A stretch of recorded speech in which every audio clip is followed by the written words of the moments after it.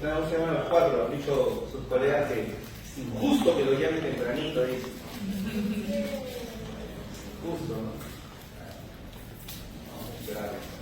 Doctor, ¿cuántas inhabilitaciones se puede tener? ¿30%? ¿Cuánto equivale al 30%? Depende de las cantidades que estén programadas en la. No sabría decirle, doctora, sinceramente. Yo solamente ingreso y yo he visto, ese permiso depende mucho de la escuela en realidad. Ya está programado. Yo he visto años en los que he puesto a un chico todas las inasistencias y sin embargo seguía saliendo como apto. Y hay años en los que le he puesto solamente 2, 3 nada más y ya salía combinado, no sé. Entonces, no sé, cuando no tengo la seguridad de algo, lo que dice el sílabus es 30%. ¿Correcto? Y algunas veces ya por el total, por capítulos, no sabría decir. Te digo lo que dice el sílabus dice 30%. Pero no sé, los pormenores no los tengo muy en claro. O sea, muchas veces depende del sistema, ya como lo programan. Yo cumplo con tomar lista, venir, quitar lo mejor que se puede. Hablemos un poco sobre cardiopatía, ¿les parece? Ese es un tema que generalmente les preguntan bastante en los exámenes, ¿no? La gran cantidad de malformaciones, que es lo que está enmarcado en este tema, congénitas, son justamente esto, ¿no? Las malformaciones es la más frecuente alteración. Algunas son disrupciones, algunas son falta de funcionamiento afuncionales, algunos son falta de evolución, hipoplasias, ¿no? Pero las malformaciones corresponden a la gran mayoría de estas alteraciones, sobre todo en la parte cardiovascular. Entre el 1 y 2% del total de niños que nacen tienen alguna malformación. En este caso hablamos de cardiopatías. La gran mayoría son asintomáticas, no van a tener mayor síntoma o van a presentar síntomas en realidad en etapa de vida adulta. Existen diferentes formas de clasificación de las cardiopatías. Hay un montón de formas, ¿no? Uno es por qué tan simples o sencillas son. Entonces, son cardiopatías simples o cardiopatías complejas. Otra forma de clasificar es si son cardiopatías que pueden presentar con insuficiencia o sin insuficiencia cardíaca. Otra forma es los de alto flujo y las de bajo flujo. Existen muchas formas. La más sencilla, la más fácil y la más clínicamente más aceptada es aquella que clasifica clínicamente como vemos al paciente, es decir, cianóticas y acianóticas. Es lo más sencillo que pueden encontrar. Es la clasificación más aceptada en la actualidad, sobre todo para fines pedagógicos. Entonces, tenemos dos grandes grupos, ¿no? Comencemos a hablar inicialmente por las cardiopatías cianóticas, ¿no? Vas a encontrar un montón, varias. Dentro de ellas, las más frecuentes de todas, ¿cuál es? ¿Cuál es la más frecuente? Tetralogía de Fallot. Cuando hablamos de tetralogía de Fallot, hablamos de la cardiopatía congénita cianótica más frecuente. Que no es lo mismo decir cardiopatía congénita más frecuente. ¿Cuál es la cardiopatía congénita más frecuente? CIB. Y si yo te preguntara, ¿cuál es la cardiopatía congénita acianótica más frecuente? CIB sería también la respuesta. O sea, CIB es la congénita más frecuente, la cianótica más frecuente, ¿correcto? Te van a encontrar. Y la congénita cianótica más frecuente es tetralogía de Fallot. Cuando hablamos nosotros de tetralogía de Fallot, hablamos de una cardiopatía que cuando el niño nace, por lo general, el niño nace, la gran mayoría de estos nacen como sin nada. Es decir, no tienen ninguna alteración. Es más, probablemente tú, en muchos casos, ni siquiera le escuchas un soplo. Que pueden tener, ojo, pueden tener un doblamiento del segundo ruido como un parte del CIB, pero por lo general, a veces ni soplo. ¿Por qué, doctor? Porque depende del grado del CIB que tengas. Cuando hablamos de tetralogía de Fallot, hablamos de que estos niños no nacen con tetralogía, nacen como trilogía de Fallot. Entonces, ¿cuál es la alteración más importante de estos? ¿Cuál creen que es? estenosis de la pulmonar. La estenosis de la pulmonar es la malformación o alteración más importante que vamos a encontrar nosotros de la patología de Fallot. Es decir, tenemos la pulmonar que nace ¿dónde? Del ventrículo derecho, que está como cerrado. ¿Por qué está cerrado? Porque debajo del fundíbulo lo encontramos, hay un estrechamiento anatómico. Por lo tanto, el volumen que va a pasar es bastante o poquito. Poco. No llega suficiente cantidad de sangre a los pulmonares, a los pulmones. Por lo tanto, determinamos que es una cardiopatía de bajo flujo. Y eso es importante. ¿Por qué razón? Esa es la principal. Entonces, para compensar un poco eso, trata de meter el cuerpo dentro de toda esta malformación, trata de meter un poco más de volumen, correcto, de sangre hacia el lado derecho. ¿Y cómo lo consigue? Con la siguiente malformación que vas a encontrar. ¿Cuál sería la siguiente malformación? Si quiere meter más volumen. El cabalgamiento de la aorta. La aorta puede estar cabalgada en un 10%, 20%, 30%, 50%, 70%. Mientras más se cabalgue la aorta, va a pasar más volumen al otro lado. ¿Correcto? Y entonces el cuerpo trata de compensarlo. Y una forma de compensación de esto, de que los flujos se regresen, ¿cuál es? Dejar abierta la comunicación entre el ventrículo. Y dependiendo del grado de cabalgamiento de la aorta, este ventrículo se puede estar abierto en 50%, 20%, 10%. Mientras más pequeño sea el C y B, menos existe la posibilidad de que haya un soplo, porque todo C y B sopla. Pero en el caso de que fuera chiquito, no va a soplar tanto. ¿Correcto? Normalmente los C y B son soplos sistólicos, ¿correcto? Pero en este caso, a veces no sopla, si es muy pequeño. Entonces, estas tres alteraciones son las que encontramos característicamente en un niño recién nacido. Por lo general, no siempre, por lo general. Recién, el resultante de este, que es la hipertrofia del ventrículo derecho, no se presenta inmediato. Los niños con hipertrofia del ventrículo derecho aparecen después del primer año de vida, por lo general. ¿Por qué? Porque el aumento de volumen en cavidades derechas hace que el músculo trabaje más, por lo tanto se hipertrofia. Y ahí recién vamos a encontrar nosotros la radiografía característica de una tetralogía de Fallot. ¿Cuál es? Zapato sueco, en bota, lo que ustedes quieran. Lo que pasa es que las cavidades derechas crecen, por lo tanto la punta del corazón se levanta. ¿Correcto? Entonces vamos a encontrar esas malformaciones características. Tetralogía de Fallot. ¿Sí? ¿Alguna duda hasta ahí? No. Tratamiento. ¿Cuál es el problema? Entonces, ¿le está llegando bastante flujo o poco flujo a la pulmonar? Poco flujo. Entonces, en estos pacientes hay que limitar los volúmenes que le vamos a dar. ¿Sí? Hay tres formas. ¿Cuál es el principal problema de estas cardiopatías? Estas cardiopatías van a llevar a algo que vamos a hablar después, que viene a ser, no sé si está por ahí, insuficiencia cardíaca. ¿Listo? ¿No se acuerdan de cardio? Insuficiencia cardíaca. ¿Cómo se maneja la insuficiencia cardíaca? Hay tres formas de manejarla. ¿Cómo controlas una insuficiencia? ¿Cómo la atacas? Vamos, tú, que siempre me sorprende que te diga alguna cosa. Disminuyendo el volumen, O sea, ¿cómo combates una insuficiencia? Vamos, piensa. Es decir, precarga. Furosemida en primer lugar, espironolactona en segundo lugar. ¿Cuál es la siguiente forma?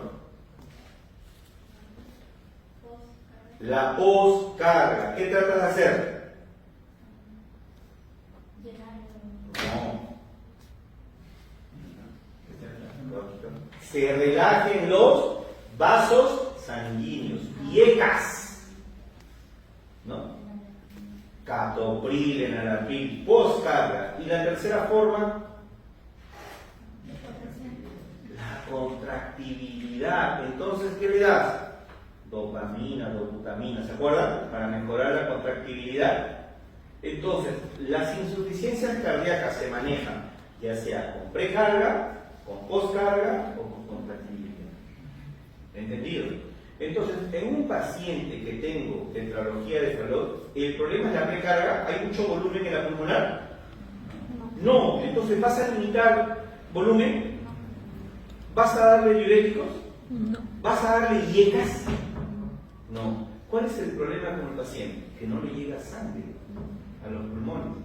¿Y qué es lo que pasa cuando uno no le llega sangre? ¿Tú me estás intentando ahogar, no sé, la piscina, te has ahogado así? Sí. ¿Cómo te haces? ¿Te sientes tranquilo o te desesperas? No, se desespera. El niño se desespera, se irrita, llora. Y cuando se irrita y llora, ¿requiere más oxígeno o no? Sí. Y entra en un círculo vicioso. Entonces, en estos pacientes, ¿qué hacen? Le ponen oxígeno y creen que hacen. Los sedan. O sea, les dan analgésicos. Opioides, ¿correcto? Ketamina, ¿no? Midazolam. Los duermes, inclusive, y diazepam, para que se traten de calmar, relajar, porque hacen crisis de hipoxia. ¿Entendido? ¿Sí? Entonces, son formas en las que se manejan. ¿Es la única? No, en realidad. Ciclos cortos de cartopino no sirven en realidad manejar pre y postcarga, no manejan mucho contractilidad tampoco, porque es un problema general que van a tener estos pacientes. Estos pacientes, ¿qué tienen que hacer? Ver la causa. ¿Qué haces? ¿Qué tratarías? Abrirías la pulmonar, ¿cierto? Si la aorta está muy cabalgada, ¿qué tratas de hacer? Volver a su sitio, pero eso es lo más difícil, ¿sí o no? ¿Verdad? ¿Y qué harías? ¿Cierras el CIB? El CIB es lo último que cierras. ¿Por qué? Si lo cierras, ¿cómo se mezcla la sangre que se está juntando con el momento de la aorta? Lo matas, pues. Tratas de mantener, ¿no? Lo último que vas a tratar es el CIB. Lo primero que tratas, ¿qué cosa es? La estenosis de la pulmonar. Es lo primero que tienes que tratar. ¿Sí? ¿Me estás siguiendo, no? Lógica, ¿no? Ese tratamiento. La otra cardiopatía que van a tener ustedes, congénita, cianótica, que es menos frecuente, pero también probablemente es una de las más delicadas que vas a poder tener. ¿Cuál es? Transposición de grandes vasos. ¿Correcto? En la transposición de grandes vasos, ¿cuál es el problema? La aorta nace el derecho y la pulmonar es el derecho. Por lo tanto, si es una pura, o sea, si solamente hay eso, ¿qué creen que pase con el niño y bien nace? Se muere. Se muere. Se muere. Es incompatible con la vida. Tiene que haber algo que haga que la sangre se mezcle. Ya sea que tenga un CIB, ya tenga que ser un CIA, pero lo más frecuente el cuerpo es sabio, muchas de ellas no hay esas malformaciones. ¿Qué creen que hay? ¿Dónde se mezcla la sangre en la etapa fetal? ¿Qué conducto está? Persistencia del conducto arterioso. Entonces, si un niñito te diga, mira, nace así, es un niño que nace, inmediato, respira, su Apgar no mejora y sigue color moradito. Diagnóstico distal, cuando yo hice en ese central, correcto, es un niño que está agitado, con distrés respiratorio persistente. ¿Cuál sería el diagnóstico inicial? No sopla. ¿Cuál creen? O ya, bueno, le pones un estetoscopio y escuchas un soplo sistodiastólico, o sea, continuo, pansistólico, le dicen también. ¿Cuál sería el diagnóstico? C y B. Cianótico desde el principio, sistodiastólico. Tetralogía. Desde que nace se pone morado, con distrés respiratorio. Transposición de grandes vasos. Es la cardiopatía congénita que hace cianosis desde el principio. Desde el inicio. Ese niño nace, nunca se puso rosadito. Ese niñito sigue con distrés respiratorio, tiraje desde el principio. Tú lo escuchas y de repente vas a escuchar semejante soplazo.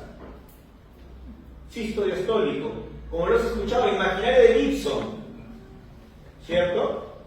Continuo le dicen, es en la sístole y en la diástole. En todo momento sopla. Entonces, ¿qué tendrías que hacer con ese paciente? Ecografía, ya te confirma que es una transposición de grandes vasos. ¿Qué es lo primero que tendrías que ir a buscar? ¿Qué le tendrías que administrar? No. ¿Qué es lo que tienes que evitar?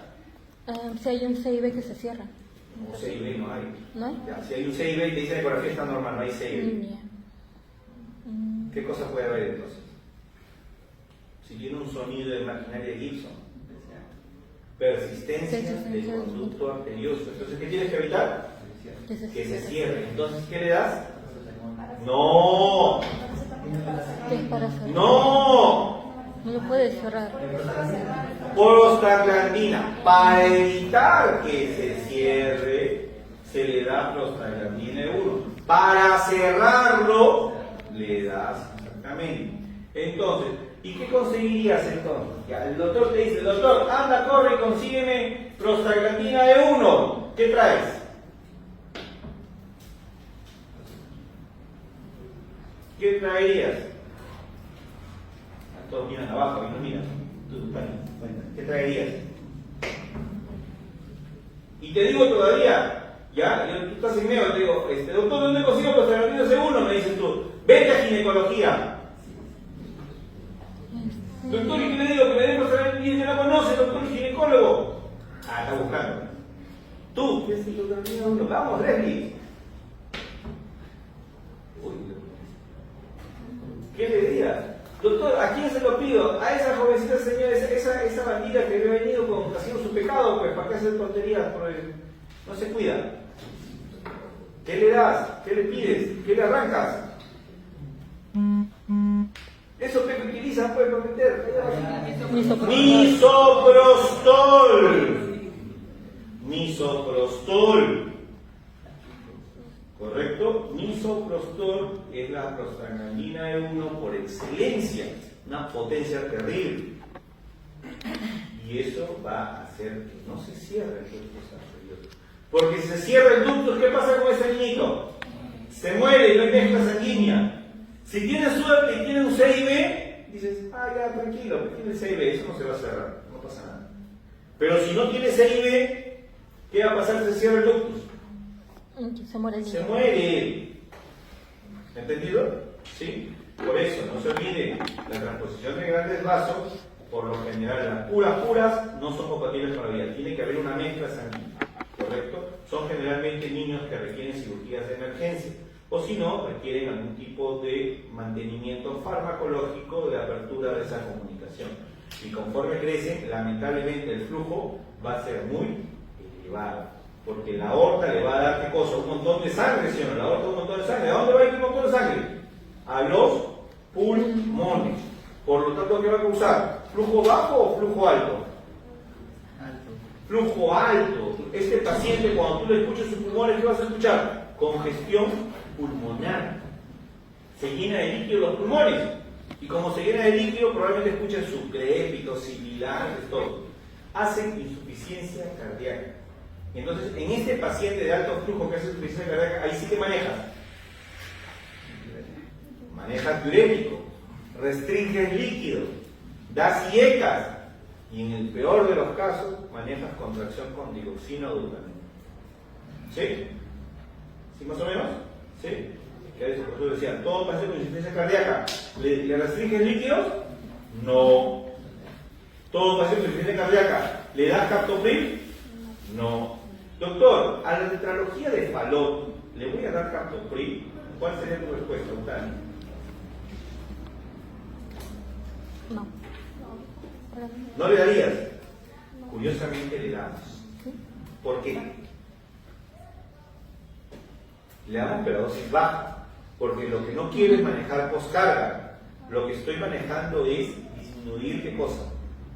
La contractilidad de forma relajar un poquito las arterias.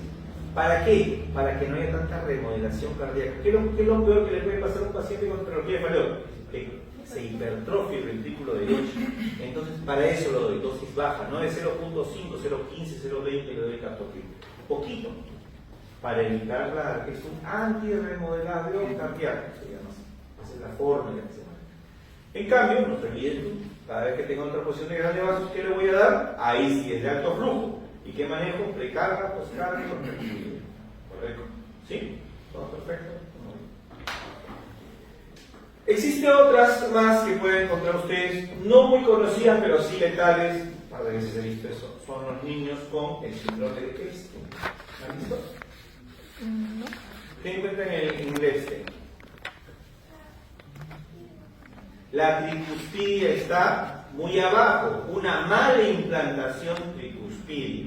Generalmente es un proceso básicamente entre el tercer arco braquial, lamentablemente no se desarrolla bien estos niños en etapa fetal y lamentablemente la tricuspidia termina muy abajo.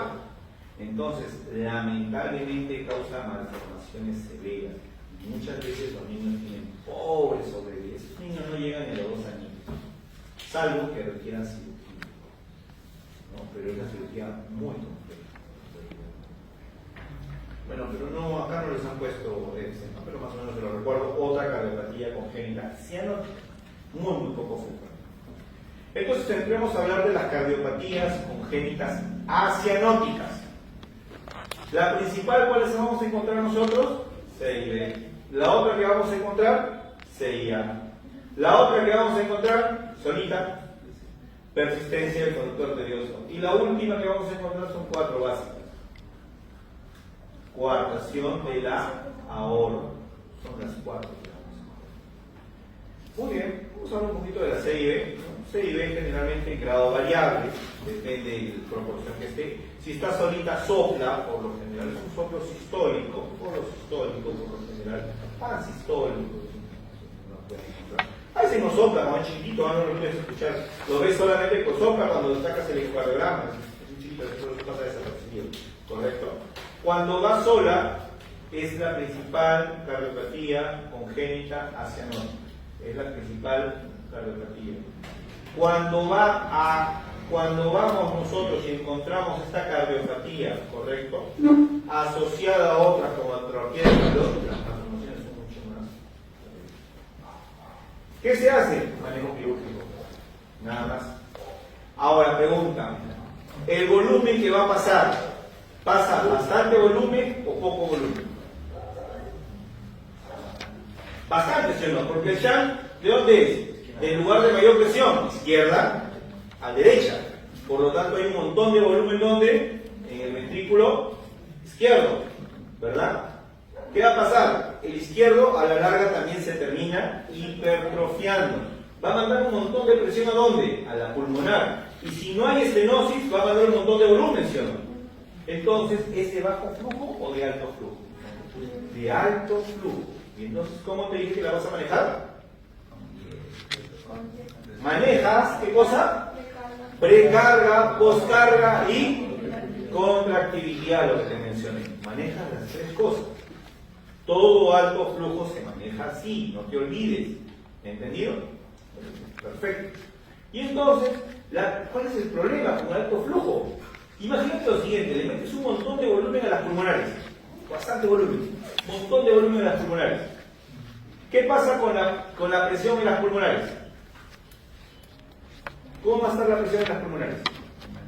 Aumentada. Llega un momento que la presión es tan alta que se pone tan tensa y tan duro las arterias pulmonares que ¿qué va a pasar? Vence la presión en la pulmonar que al ventrículo derecho. ¿Y qué creen que pasa? Si acá había más presión abajo del ventrículo y había menos en la pulmonar, con el tiempo, ¿qué pasa? ¿Cuál aumenta?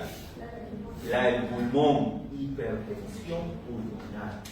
Todas las cardiopatías de alto flujo a la larga tienen mayor riesgo de hacer ¿qué cosa? Hipertensión pulmonar y hacer aumento de presión e inversión del flujo. Si normalmente el flujo es del ventrículo derecho a la pulmonar, ahora el flujo va a ser ¿cómo? De la pulmonar al ventrículo. Cuando hay inversión del flujo, a esto se llama síndrome de Eisenmenger. Y en el Perú es una sentencia de muerte para un niño. Porque la única alternativa de tratamiento, ¿cuál creen que es? Trasplante cardiopulmonar.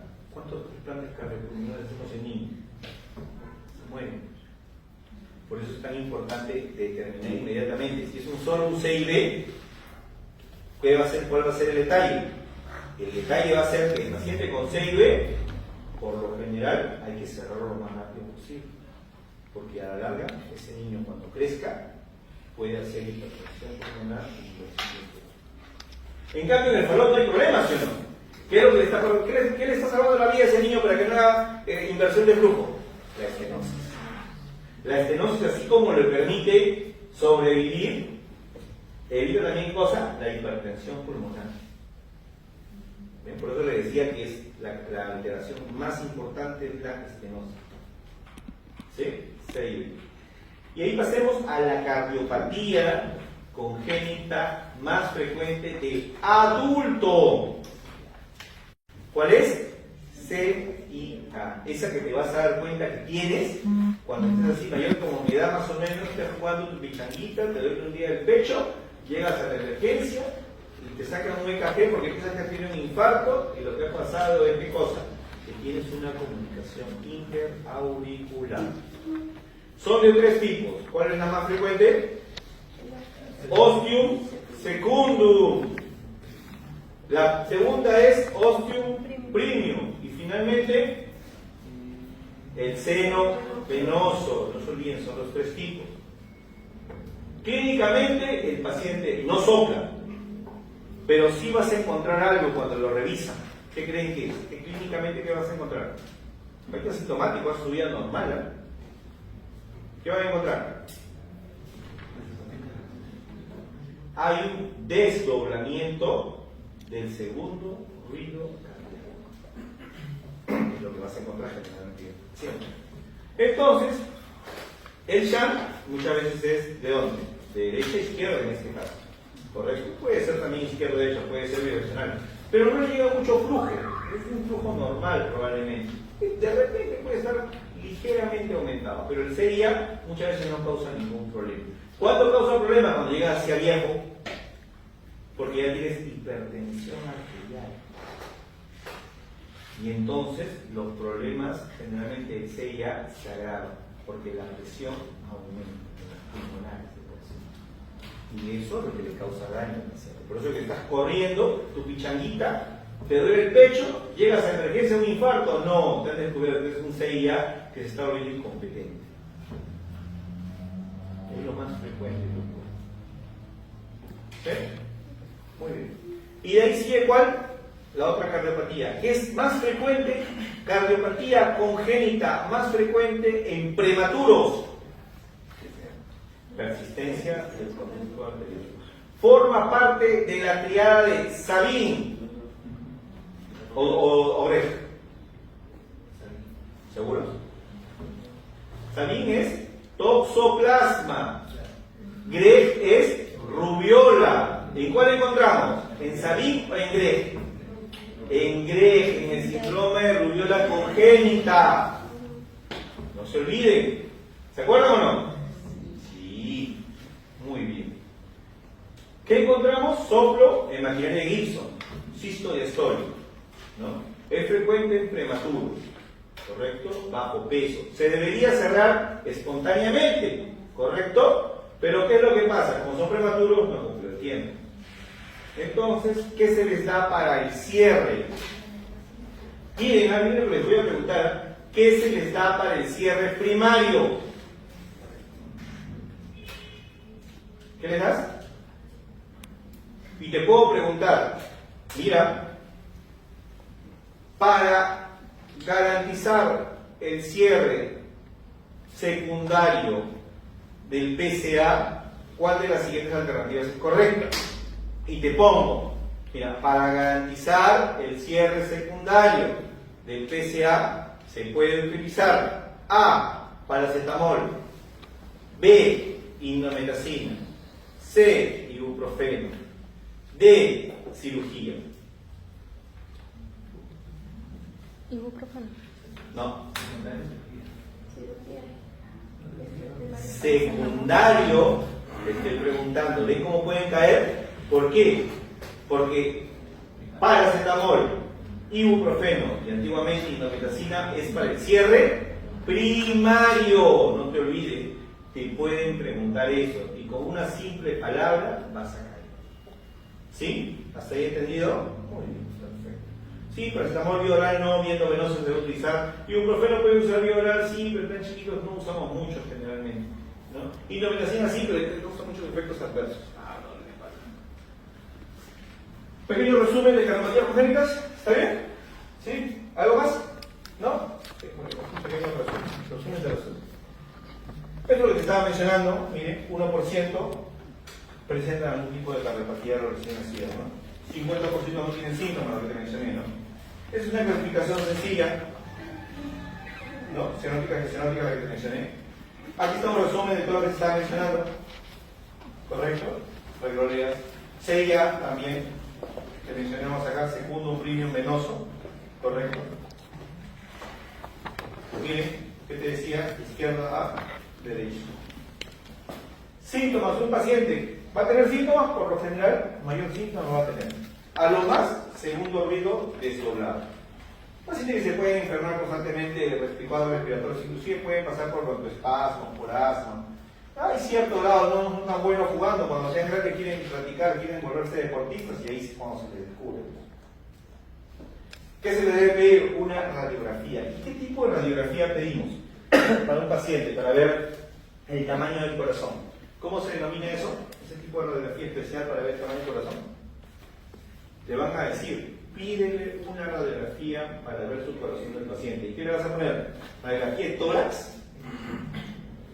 ¿Vas a poner eso en tu orden estudio interno de medicina? No, ese es para ver un golpe, para ver si hay fractura de las costillas. ¿Qué le pedirías? Vamos, vamos, Juanito Bautista, vamos. ¿Cómo se pide? Se denomina teleradiografía. Cuando quieras ver el índice cardíaco, o sea, el tamaño del corazón, debes solicitar una teleradiografía. Doctor, posó. ¿Y es igualito teleradiografía que una radiografía de tórax? No. En la radiografía de tórax, primero, la potencia que vas a usar, ¿es igual o menor? Es menor, porque lo que quieres ver es básicamente ¿qué cosa? Pulmón. Cuando tú quieres ver eso, cuando quieres ver corazón, la distancia es mayor, más lejos, para que veas todo el borde. Y la penetración, la potencia, es un poquito también menor, porque vas a ver el corazón que tiene es un poquito mayor, porque recuerden que el corazón tiene más densidad. El corazón que tiene solo músculo, ¿qué tiene adentro? Sangre. El pulmón que tiene aire. Entonces, ¿quién necesita más potencia? ¿El pulmón o el corazón? El corazón. Por eso es que en la teleradiografía utilizas más potencia y ves un poquito más de distancia. Esa es una teleradiografía. ¿Y cuál es lo normal del tamaño de un corazón? Para eso utilizamos algo que se llama índice cardíaco. Antes lo poníamos, no sé si está ahí en la diapositiva porque estaban cambiando. El índice cardíaco es una diferencia, es una división que existe entre el diámetro horizontal, desde la punta hasta la base, y con la distancia más larga del corazón al transverso. ¿Correcto? Vamos a ver si figura ahí para explicárselo más con gráfico. Lo normal que el índice cardíaco en recién nacidos, generalmente hasta los 6 meses en promedio, debe ser máximo 0.6. Y en los niños de 6 meses hasta los 2 años, 0.55. Y en los niños grandes, lactantes mayores, ya no más lactantes, serían niños, hasta adultos, hasta 0.5 el índice cardíaco. Entonces, siempre aquí hago una radiografía. Sospechan de un CIA, ¿qué deberías pedir también? Un ecocardiograma. Obviamente, oye, ¿este corazón? Lo veo normal, pero hay un segundo río medio desdoblado. Este paciente se agita por un momento. No se pone morado, pero se agita. ¿Puede ser un CIA? Podría ser asintomático. Bueno, generalmente los chiquitos no necesitan nada, generalmente crecen hasta grandes, ¿no? A veces cuando ya son grandes requieren su manejo quirúrgico, ¿no? C y B. Generalmente el chat, nuevamente te decía, es de izquierda a derecha, y esto causa lo otro que te decía, aumento del flujo pulmonar, que es lo que te está explicando. Normalmente si es pequeño, menos del 30% del tamaño del tabique, no causa mayor alteración. Generalmente vas a ver cuando tienes más del 30% de la apertura del total del tabique, en la que te va a comenzar a tener dificultad respiratoria, cuadros de neumonías a repetición, alteración fondo-estatural, ¿no? Por lo general. Serie pequeña, como decía, es asintomática. Grande, bueno, ahí sí, pues, ¿no? Puede ser causa de insuficiencia cardíaca. ¿Por qué? Porque te va a causar alto flujo pulmonar. Esto, niños, lo que te decía, ¿no? Déficit fondo-estatural, ¿no? Y cuadros bronquiales a repetición. Esto es lo que está explicando sobre esto. ¿Qué se le pide? Radiografía. Para confirmar que pide eco. No vas a ver, generalmente es muy raro que en los primeros años de vida veas una alteración.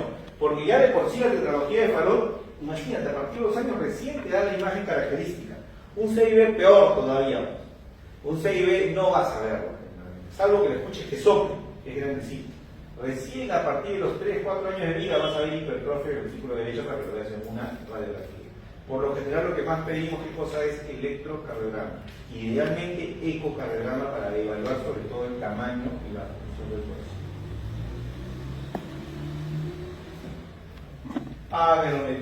Haga oximetría, tensiometría, gasto pulmonar, también puede verse básicamente con cateterismo cardíaco para evaluar la función pulmonar. Normalmente cuando son chiquitos causa una inflamación local que se puede cerrar, o sea, no causa ningún problema. Los grandes generalmente pueden morir en los primeros meses de vida, causan una insuficiencia cardíaca severa. Generalmente comienzan a hacer insuficiencias, lo que expliqué el síndrome de Eisenmenger, ¿te acuerdas que te expliqué? Estos causan pues síndrome de Eisenmenger frecuentemente. No te olvides síndrome de Eisenmenger, que a veces lo han preguntado en los exámenes. También te explico un poco cómo manejar insuficiencias cardíacas, ¿no? Por si acaso. Tetralogía de Fallot. La anomalía más grande, cabalgamiento aórtico, obstrucción de tracto salida del ventrículo derecho, estenosis la pulmonar, bueno, miren esta aorta. Está casi a la mitad del tabique pulmonar, ¿sí? Y miren este tamaño del CIB, es enorme. Este paciente probablemente, a no ser de que tenga una buena comunicación entre la pulmonar y la aorta, no va a vivir. Pero aún, esta estenosis, miren, chiquito. Debajo del infundíbulo. Por acá la válvula está bien, pero debajo del infundíbulo, terrible. Cerrado completamente. Hay algunos Fallot que son los rosaditos, ¿no? La estenosis es muy pequeña, ¿no?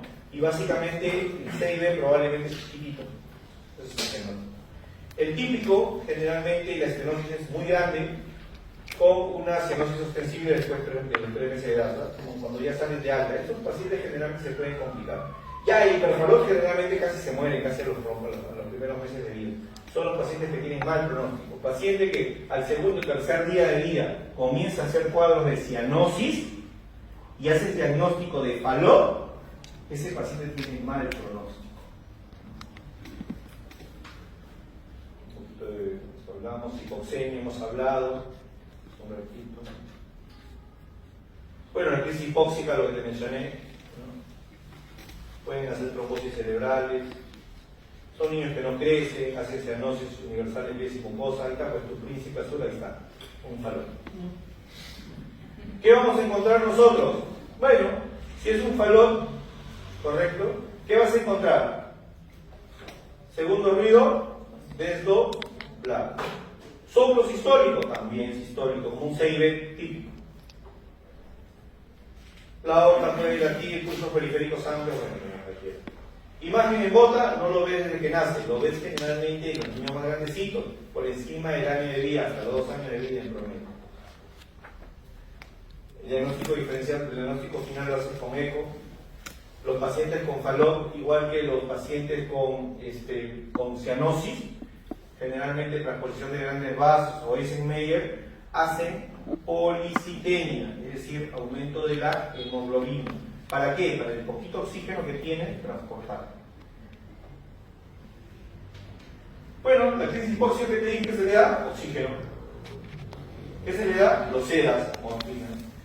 Propanolol ayuda bastante en realidad para relajar un poco la musculatura cardíaca.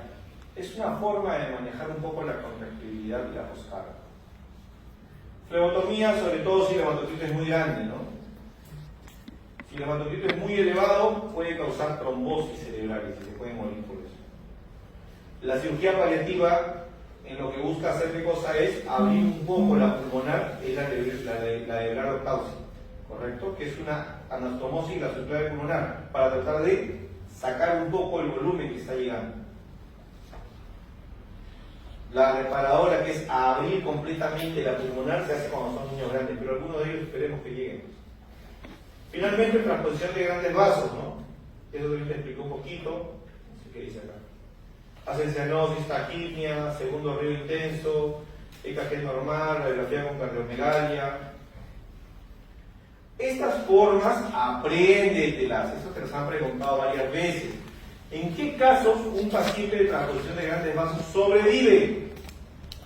Un paciente con transposición de grandes vasos, ¿qué te dije que tiene que tener? Una comunicación, una mezcla de sangre. Y entonces, ¿qué te dije? Una de las formas características en la que puede mezclar la sangre, ¿qué cosa es? Con un CIB. Pero ¿cuál es el problema? Que te va a causar hipertensión pulmonar. O sea, puede sobrevivir. El problema es que es una medida transitoria. Si no lo corriges, rápidamente hace hipertensión pulmonar y rápidamente hace síndrome de disnea. ¿Correcto?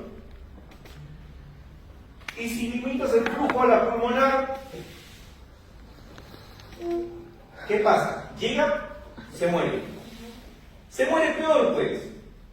Porque encima que están invertidas las arterias, le mandas poquita sangre a los pulmones, peor. ¿Qué sería lo correcto? Que haya mezcla y que la estenosis sea la que controle.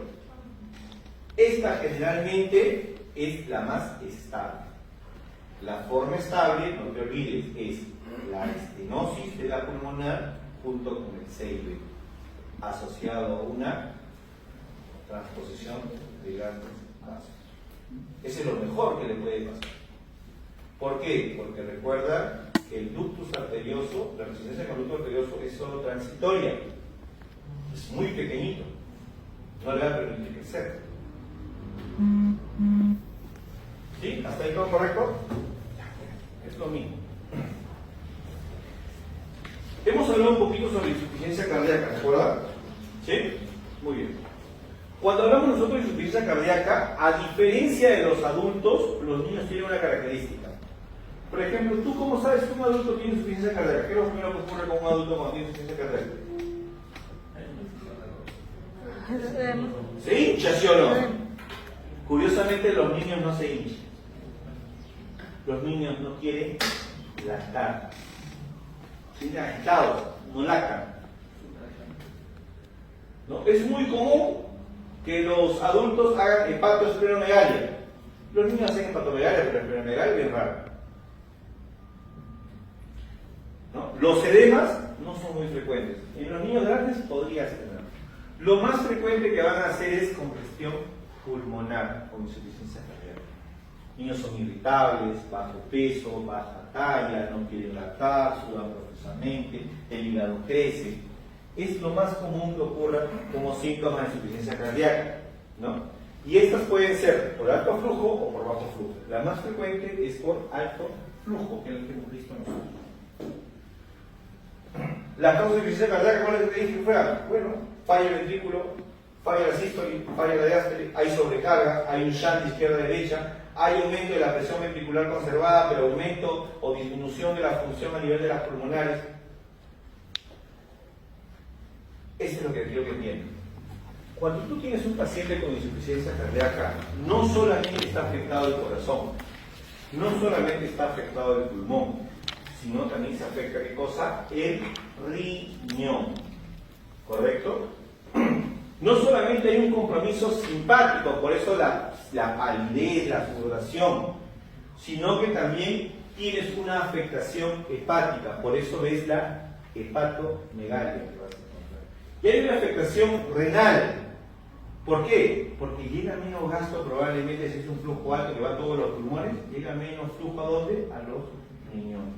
Y como llega flujo a los riñones, quieres aumentar la presión a nivel renal, ¿cierto? Entonces, ¿qué vas a generar? Aumento del sistema renina, angiotensina, aldosterona, y vas a causar una hipertensión renovascular, que es lo más común, ¿correcto? y a la congestión pulmonar que te estuve explicando durante toda la clase.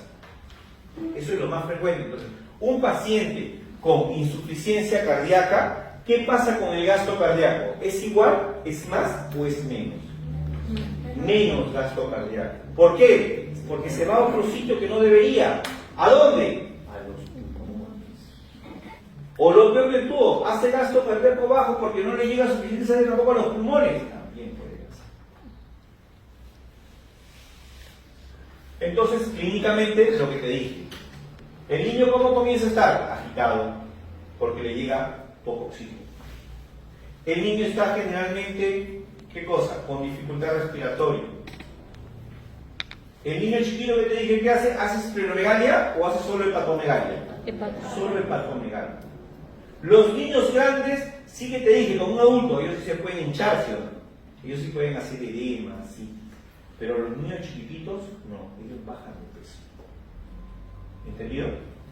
Muy bien. Los niños inclusive más grandecitos, los lactantes, cuando tú lo escuchas, es un diagnóstico diferencial de SOP, porque tú lo escuchas en los pulmoncitos y soplan. Me ha pasado un par de veces, ¿ah? Venía el niño, sí, tiene su crédito, se silba. Lo nebulizamos con salbutamol y digo, oye, no mejora este niño. Le ponen hasta corticoides, tampoco no mejora. A ver la placa, sí, pues parece que está congestionado, ¿no? Y sigue así, sí, igual de agitado, y está sudoroso, está irritable. ¿Satura bien? ¿Satura bien? No, 97, 98 está saturando. ¿Qué hicimos?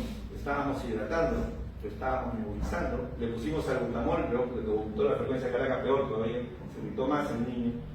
Por ahí le dije, ¿no será una insuficiencia cardíaca? A ver, corte de hidratación, pone un poco de furosemida, ¿y qué creen? Mejoró. No es lo que son, es una insuficiencia cardíaca. Soplaba, no soplaba nada. Chiquitito se descompensó. Una infección viral lo descompensó. Por eso cuando hablamos de SOP, no todas las causas, correcto, de SOP son respiratorias. Hay algunas como los cuerpos extraños, hay algunas otras como ¿cuáles? Las cardiopatías. Ya vamos a encontrar.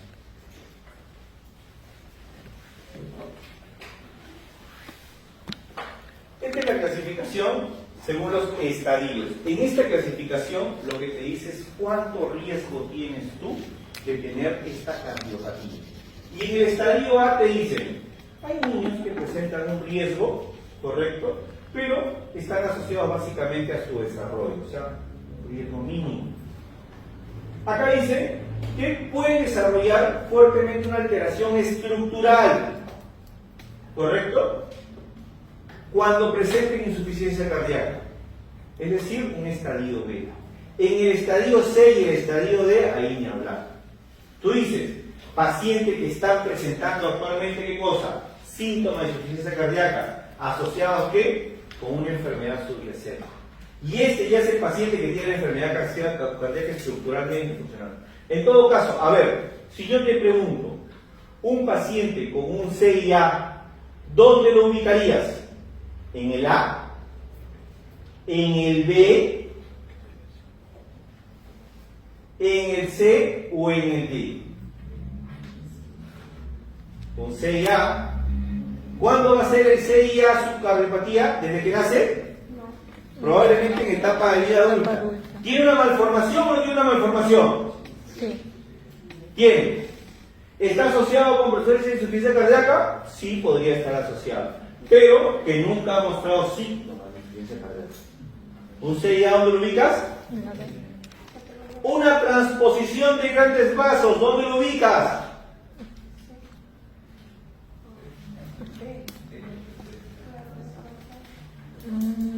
¿Vieron más o menos a qué voy? Las preguntas pueden girar en torno a esto, para que ustedes lo ubiquen. ¿Entendido? Un paciente que nace bien, es prematuro, no le escucha soplo, nació de 36 semanas, lacta bien, ganó buen peso, ¿correcto? ¿Dónde lo ubicas? ¿Dónde lo ubicas? ¿Tiene riesgo o no tiene riesgo? Por ser prematuro. Pero tiene algún síntoma, nada, pues. No se encontró nada. ¿Vieron a qué pueden ir dirigidas las preguntas con respecto a esto?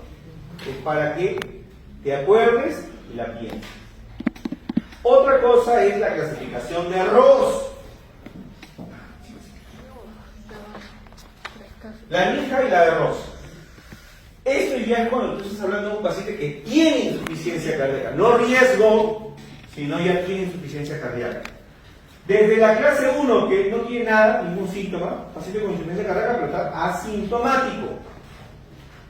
La clase 2 es aquellos niños que cuando lacta, la mamá te dice, sí, pero cuando lacta mi niño suda un poquito más, se agita un poquito cuando lacta, pero después está tranquilo, está sensadito, no hace nada, parece que no tiene nada, solo cuando lacta.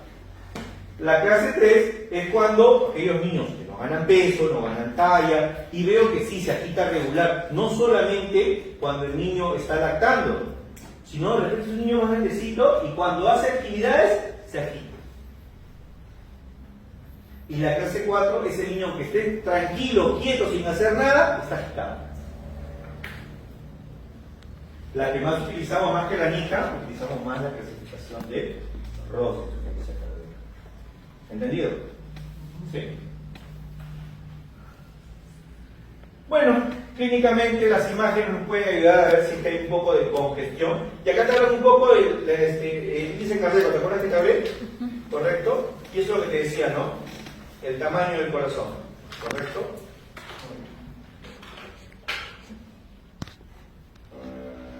Eso es lo que se está explicando. Eso, aprende estos valores, por favor, que a veces te preguntan.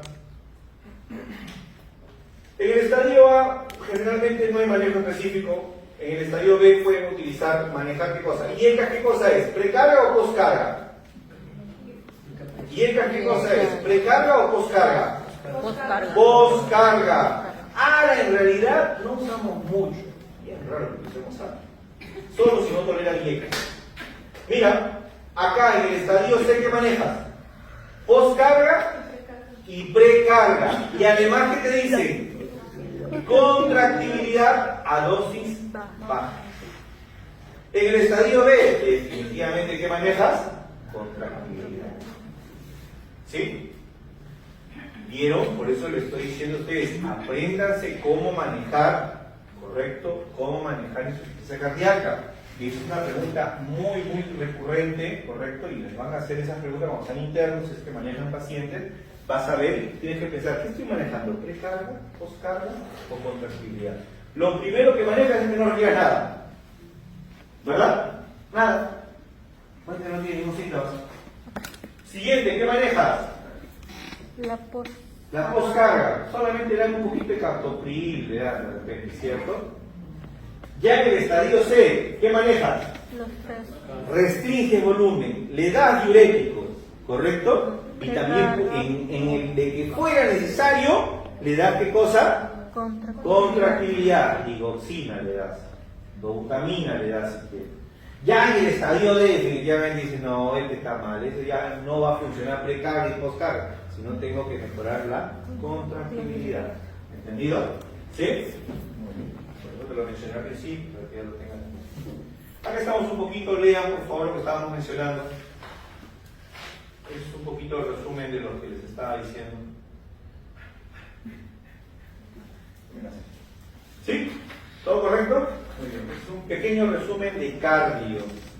¿No? Es un pequeño resumen. Es bastante, ¿no? Pero podemos estar hablando de cardiología durante un montón de tiempo. Funciona. ¿Todo bien? ¿Seguimos? ¿Sí? Es un tema bien chiquito. Displasia congénita de cadera. Así se llamaba antes.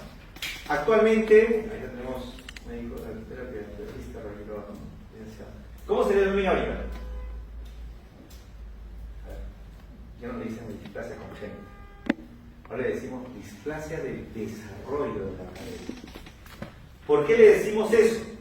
Antiguamente decían, los niños nacen con eso. ¿Correcto? Entonces hay que tratarlos. En la actualidad decimos que esto no es tan cierto. Los niños pueden hacer, este es el acetábulo y esta es la cabeza femoral. Cuando nacen puede tener cierta curvatura, ¿correcto?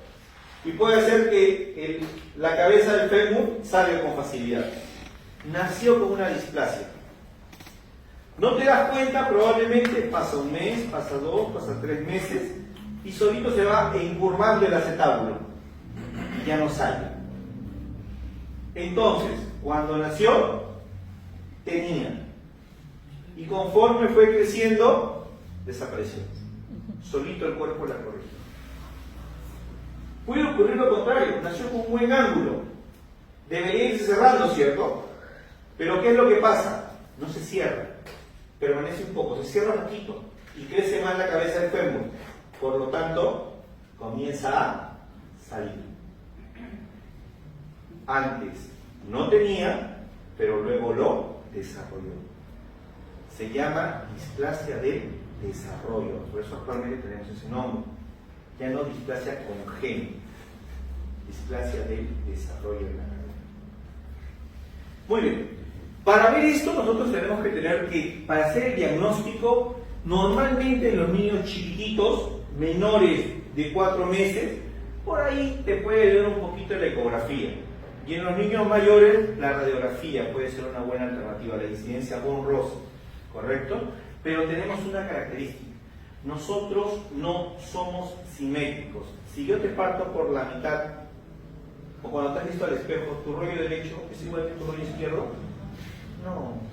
Baby, cuando te compras un zapato, ¿el zapato derecho te queda igual que el zapato izquierdo o uno te aprieta más?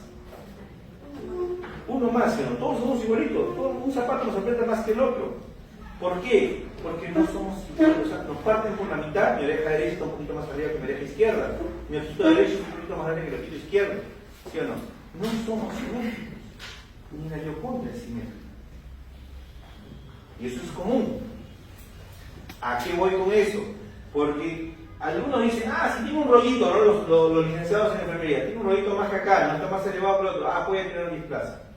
Son signos que pueden encontrarlo, pero más utilizamos nosotros factores de riesgo.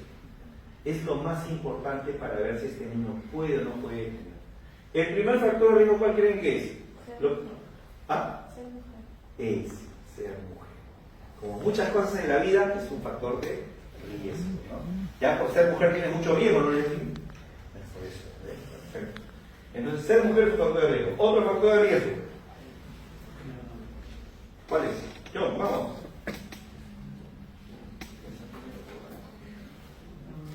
Milagros.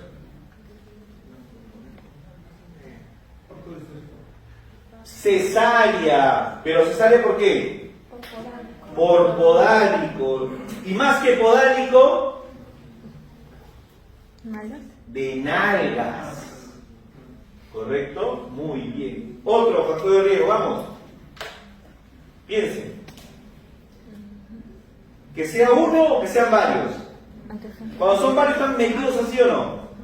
Partos múltiples. Que nazca a término o que nazca prematuro. Prematuridad. Y si la mamá tuvo displasia, también problemas de la cadera, no solamente displasia, problemas de la cadera o el desarrollo óseo, también es un factor de riesgo. Otro factor de riesgo, el polihidramios, también es un factor de riesgo, ¿correcto? Infecciones, no muchos en realidad hemos encontrado eso. Pero tenemos que ver esos factores de riesgo. Lo primero que voy a preguntar siempre cuando quiero hacer un tamizaje. Actualmente, ya no solamente, ¿se acuerdan en Neo que estuvimos hablando de tamizaje oftalmológico, tamizaje auditivo, tamizaje metabólico? También existe el tamizaje de displasia de cadera. Está incluido, junto con el cardiológico. ¿Correcto? Hay que ver eso. Pero más que eso vemos qué cosa, antecedentes, factores de riesgo. Y si lo tienen, me dejo guiar por la no confluencia de pliegue. Puedes verlo, pero en realidad no es determinante. Lo que sí está visto y está descrito es que ambos pliegues, sobre todo los inguinales, deben coincidir. No en el tamaño, sino donde terminan. Doctor, y los que están en los muslos, eso no tiene nada que ver. Doctor, y los que están en la línea glútea, por ahí también los consideran muy similar a los inguinales, pero no lo de los muslos. ¿Entendido? Doctor, ¿y el tamaño de las piernitas? Sí es importante que lo evaluemos. El tamaño de las piernas es importante, que debe ser medido, correcto, en el tamaño desde la espina ilíaca hasta la punta del dedito. ¿Entendido? Doctor, ¿y alguna maniobra puedo hacer para esto? Sí. En los 3 y 4 primeros meses puedo hacer las maniobras básicas, que son Barlow y Ortolani. Dígame, doctor. Y para el momento del medio ¿tiene algún rango? No, basta que tú veas una alteración, deberías pasar a tu siguiente estudio, ya no solamente con maniobras, sino pedir un examen auxiliar. ¿Correcto? Barlow y Ortolani hasta el 4.º mes de vida. ¿Por qué te digo hasta el 4.º mes, tercer mes? Porque muchas veces, algunos colegas utilizan Barlow y Ortolani cuando son niños de 1 año. Y no, pues, a mí no me sirve mucho. ¿Correcto? Barlow, ¿qué te evalúa? Cadera luxable. Tienes el acetábulo, tienes la cabeza del fémur, lo levanto y si está plano, yo ajusto para abajo, ¿qué debo hacer? Clac, sale, clac, sale. ¿Verdad? Porque está cerradito, no sale, ¿sí o no? ¿Verdad? Levanto la cadera, no sale. Pero si está un poquito plano, clac, clac. Cadera luxable. ¿Entendido? Ortolani, abeduzco y causo una rotación. Cadera reducible. ¿Por qué? Porque la cabeza femoral no está acá, está acá. Abeduzco, clac, clac. La estoy metiendo, la estoy reduciendo. Cadera reducible. Ortolani. ¿Sí? Muy bien. Esas son las 2 maniobras básicas que vas a tener. Existen otras maniobras, como vas a ver, maniobra de Galeazzi. Junta los rodillitas, y ve si una está más alta que la otra. Maniobras cuando ya los niños caminan, esperemos que no lleguen, lamentablemente. Cuando los niños deambulan, coge. Normalmente, menores de 4 meses, pedimos ecografías para ver ángulos acetabulares. Y mayores de 5 meses, pedimos ¿qué cosa? Radiografía. La incidencia se llama von Rosen. ¿Correcto? Es la incidencia que vamos a pedir. ¿Y qué ángulo vemos? ¿Cuánto es el ángulo? El ángulo varía de acuerdo a si es el lado derecho o si es el lado izquierdo. Y varía si es hombre o si es mujer. ¿Entendido? Por eso nosotros usamos tablas. Eso de 21, 23, 25 es muy variable y depende de la edad y el sexo. Y el lado también depende. Tratamiento. Cuando son chiquitos, fácil. Se llama arnés de Pavlik. Que es lo que vamos a utilizar. Es un pañalito, es como un arnés que mantiene las caderas abiertitas, para que el niño no bien abierto, no ajuste las piernas. Y eso permite, como esté en un solo fijo, un punto fijo, al costado se osifica. Para que pegue. ¿Qué es más fácil pegar? ¿Algo que esté en movimiento o algo que está fijo? Lo que está fijo, porque se queda fijo y alrededor crece la cadera. El arnés de Pavlik sirve bastante. Lo tienen todo el día, solamente lo sacan para que el niño duerma. Y si ya son niños grandes, ya es quirúrgico. Más de 1 año, esos niños pasan para la reducción quirúrgica, sobre todo aquellos que han salido de la cadera. Tienen acortamiento de miembros, ya fuera. Van a quedar con cierta cojera. ¿Sí? ¿Hasta ahí todo chévere? Muy bien. Se puede diferentes tipos de displasia de cadera, ¿no? Displasias teratológicas son aquellas que se producen durante la fase embrionaria y ya nacen con eso. Esos son los más terribles porque son niños que desde que son chiquitos suenan la cadera. Nunca desarrolló completamente el acetábulo. Displasia del desarrollo, que era la que te explicaba. Y displasia infantil y adolescente son los niños que ya están con cojera por algún tipo de problema. Sobre todo, ¿han visto esos niños que se fracturan el fémur? ¿Sí? Lo peor que puede pasar es que un niño se fracture el fémur en una edad mucha que estén con un núcleo de osificación terrible. ¿Por qué? Porque este se retrasa el crecimiento y el otro crece normal. Entonces, ¿qué va a pasar? Esta pierna va a ser más grande que la otra. Uy, ¿son las 4?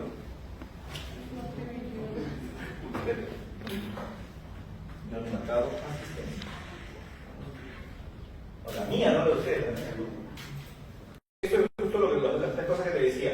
Como te mencioné, ya no se le dice displasia congénita, o sea, teratológica, que vendría a ser esta parte.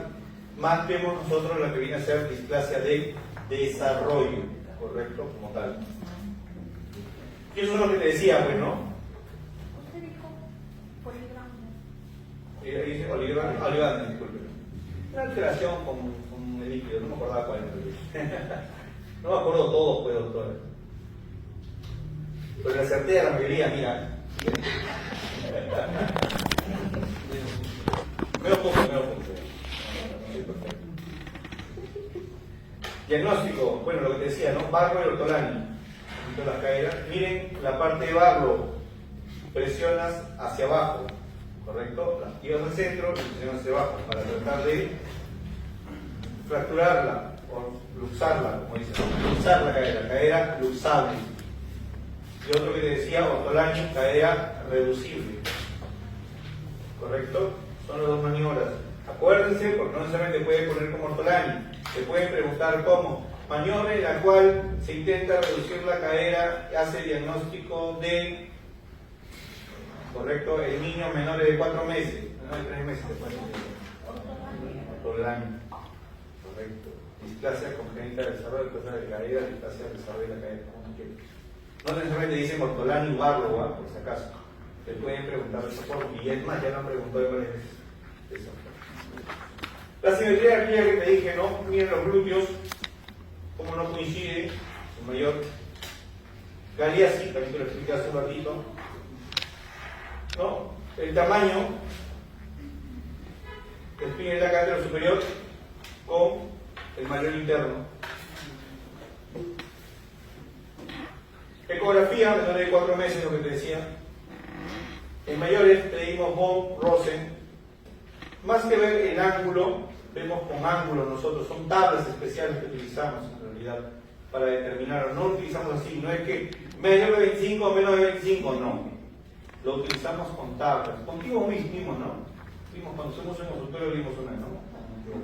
Exactamente, y es exactamente lo mismo que hacemos. Esto, aunque no lo crean, lo usamos bastante en consulta, porque hay un montón de papás que vienen siempre por esto, los que en enfermería los fueran mandando por esto.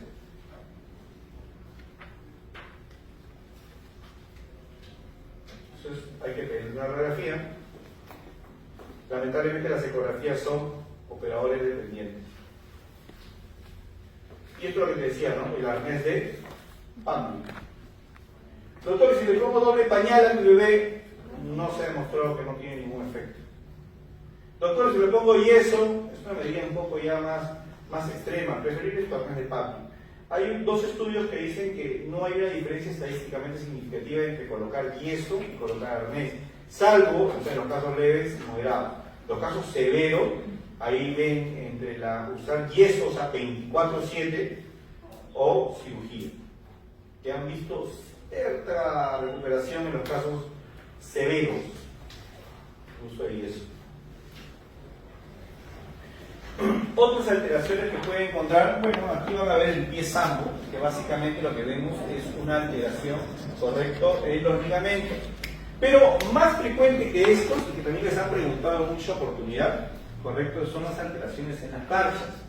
Por ejemplo, ¿han visto esos niños que meten los pies, ¿no?, en la parte interna, los pies pronadores? O el otro es que aquellos niños que meten la punta cuando caminan, ¿han visto? Eso se llama anteversión femoral. ¿Y por qué se llama anteversión femoral? ¿El problema es en el pie? El problema es en el fémur. ¿Y a qué se debe? No estamos en la barriguita, está en una posición anómala. Normalmente estas patologías se deben corregir solitos aproximadamente entre los 5 y 7 años en promedio. La caminada final del niño no se obtiene en los primeros años de vida, no es que cuando el niño cuando camina hacia el año o 2 años, esa es su caminada final. Los niños normalmente cuando inician su caminada, correcto, tienen una característica, que caminan primero así, como en silla de montar, como si tuvieran pañal, ¿verdad? Hasta los 2 añitos más o menos. Luego se juntan sus tobillos, sus rodillitas, caminan para afuera, como en X, como en Alicante. 4 o 5 años. Y a los 7 años ya desarrollan su caminada final, que es la que van a tener. Por eso es que muchas de esas alteraciones, como el pie pronador, la anteversión femoral, el pie pronador es conocido como el pie plano flexible, ¿correcto? Tiene su arquito perfecto, pero el niñito lamentablemente mete el tobillo. ¿Y cuál es el problema? El problema, ¿qué cosa es?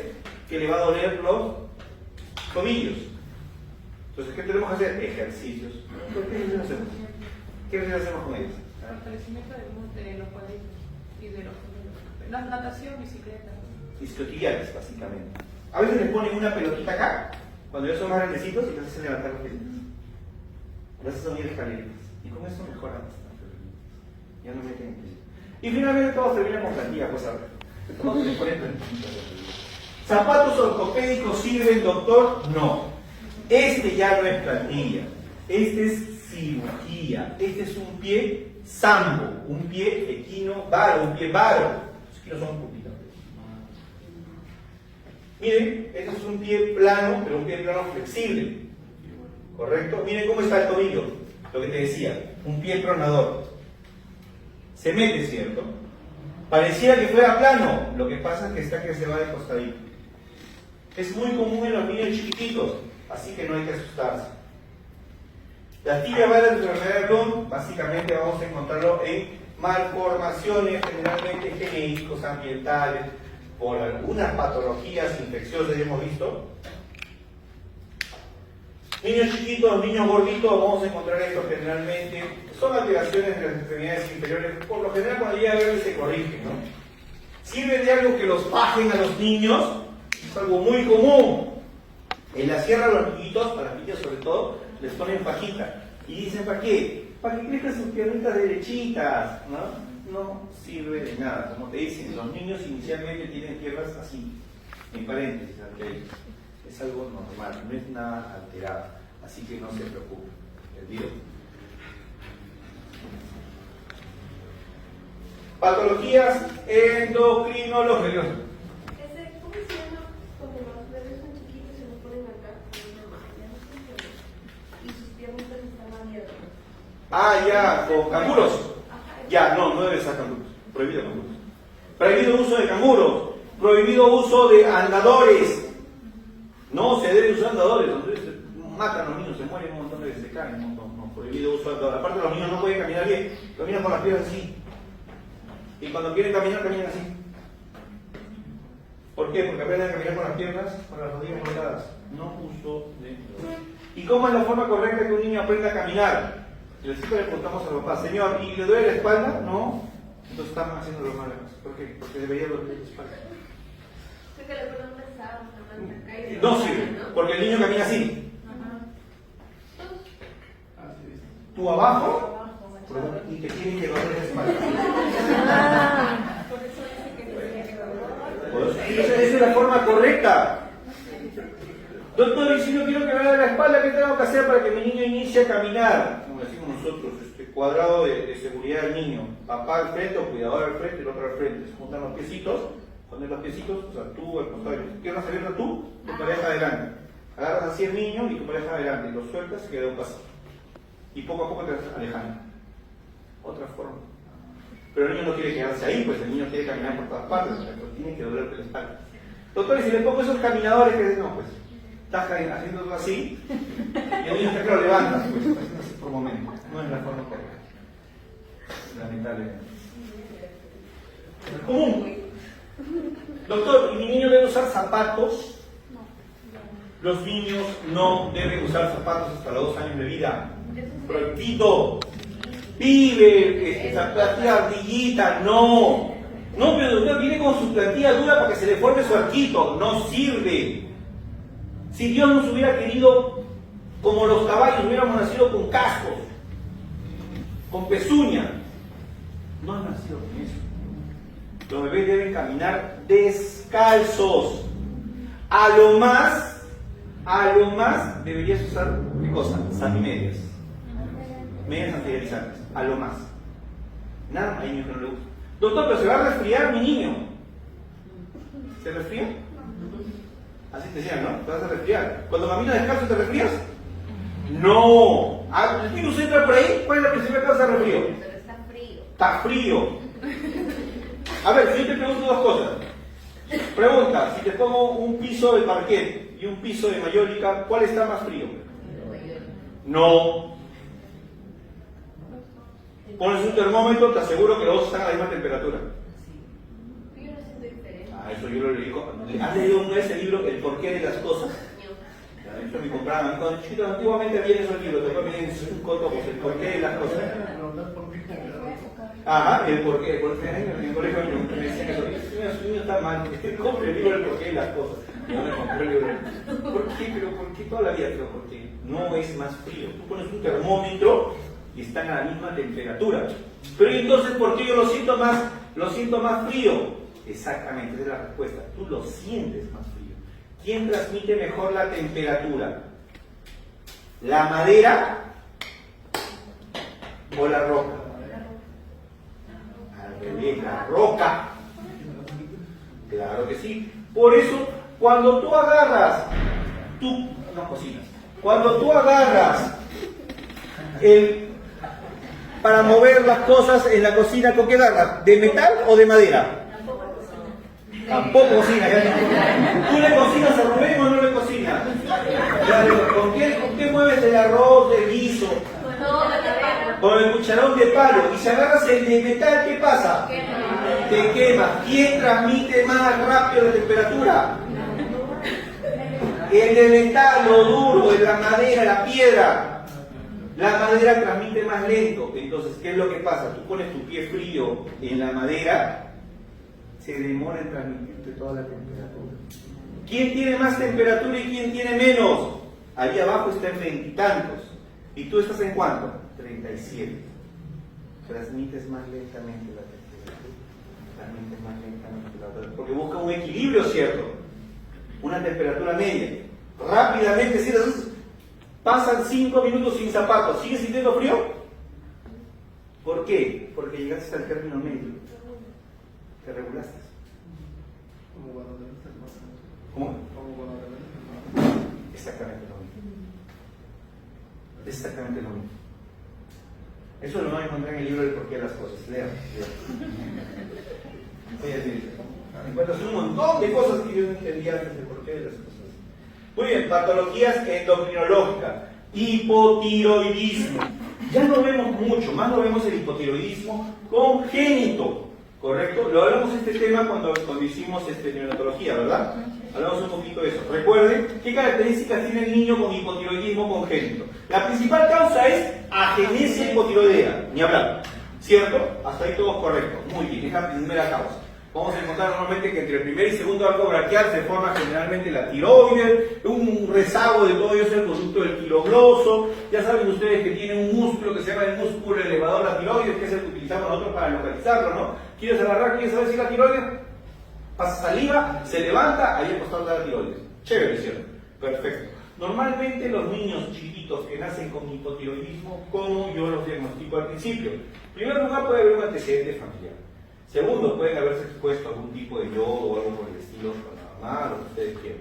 Pero lo que vamos a encontrar en los niños chiquititos es, número uno, hacen las fontanelas amplias. Normalmente la fontanela anterior mide entre más o menos 2 centímetros como máximo. Estos chiquitos pueden tener 3, 4 centímetros, o sea, fontanelas amplias. ¿Correcto? 2, hacen ictericia prolongada. Son niños que están amarillitos constantemente. O sea, normalmente pueden hacer ictericia hasta el primer mes, segundo mes. Estos niños hasta el quinto, sexto mes siguen amarillitos. Número 3. Son niños que pueden tener inclusive macroglosia. ¿Lo ven, no? El ranchito, se les sale hasta de la boca. Número 4. Pueden tener también, ¿qué cosa? Hernias umbilicales. No se olviden, ¿correcto? Por eso es que en la actualidad siempre nos piden que dosemos, ¿qué cosa? TSH y T4, si sospechamos. Y en los recién nacidos, su tamizaje metabólico con su papel tornasol también. Sale positivo, deben dosar TSH y T4. Y entonces en el hipotiroideo, o sea, que no tiene T4, ¿cómo vas a encontrar la T4? ¿Y cómo vas a encontrar la hormona que estimula la liberación?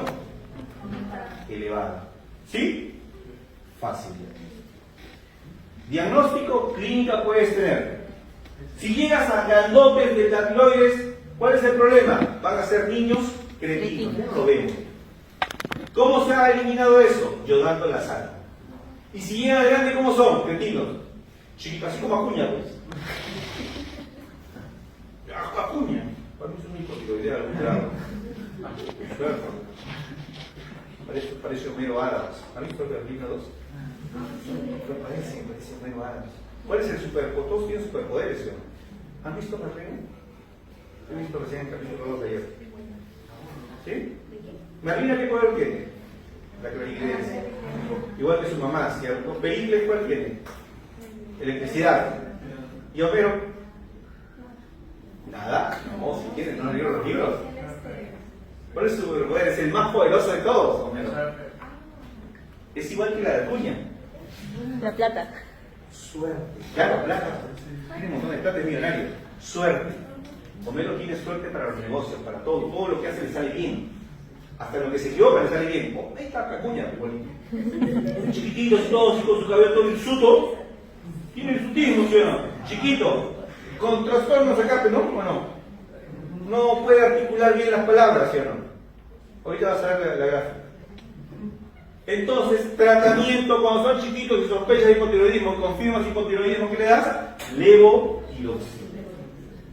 Sencillo. La causa primaria siempre, idiopático, generalmente agenesia de la glándula tiroides, ¿no? Terciario, cuando yo digo hipotalámico, ¿no? Periférico, cuando se produce una menor acción de las hormonas tiroideas, por ejemplo. Miren este niño, así como tú lo ves. Está un poco amarillo, la lengua está que sale, tiene una edad umbilical, panzón. Los 90 son primario, lo que te decía, la mayor cantidad. ¿Qué te dije? Pueden estar producidas por qué? Agenesias y genesias tiroideas. Es muy raro que se trate de una dishormonogénesis, o sea, de origen central, muy raro. Aquí está. Esto es lo que clínicamente encontramos ahorita Acuña. ¿Bonito o no? ¿Alguien le ha usado una vez a Acuña o alguna vez? Es un cretino. Esa es la palabra cretino. Cretino viene de cretinismo. El desarrollo neurológico no está bien. 7 por 8 está bien. No es broma.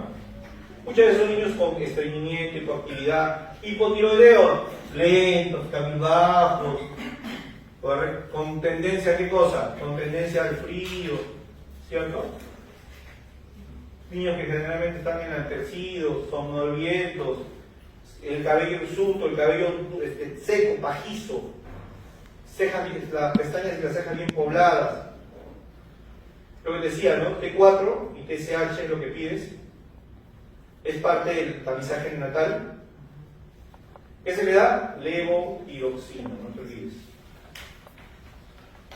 Lo importante es lo siguiente: el hipotiroidismo es una enfermedad, por eso es parte del tamizaje, que tiene cura cuando se detecta inmediato. Ya cuando son grandes, ya no sirve para nada.